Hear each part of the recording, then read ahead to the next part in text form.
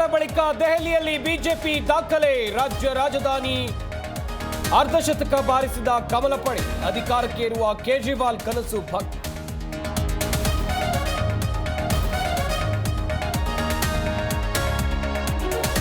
ಚುನಾವಣೆಗೂ ಮುನ್ನ ಬಜೆಟ್ ಮಂಡಿಸಿದ್ದ ಮೋದಿ. ಆದಾಯ ತೆರಿಗೆಯಲ್ಲಿ ಮಧ್ಯಮ ವರ್ಗಕ್ಕೆ ಭರ್ಜರಿಗೆ. ಸಾಮಾನ್ಯ ಜನರ ಮನಗೆದ್ರ ಪ್ರಧಾನಿ ಮೋದಿ.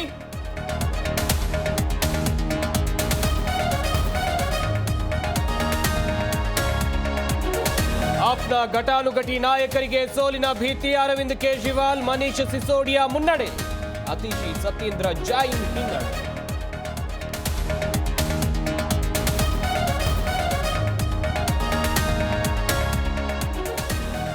ಕೇಜ್ರಿವಾಲ್ಗೆ ಕೈ ಹಿಡಿಯದ 15 ಗ್ಯಾರಂಟಿಗಳು. ಹಗರಣಗಳೇ ಆಮ್ ಆದ್ಮಿ ಪಕ್ಷಕ್ಕೆ ಮುಳುವಾಯ್ತ. ಜೈಲು ಸೇರಿದ್ದ 3 ಆಪ್ ನಾಯಕರಿಗೆ ಭಾರೀ ಮುನ್ನಡೆ.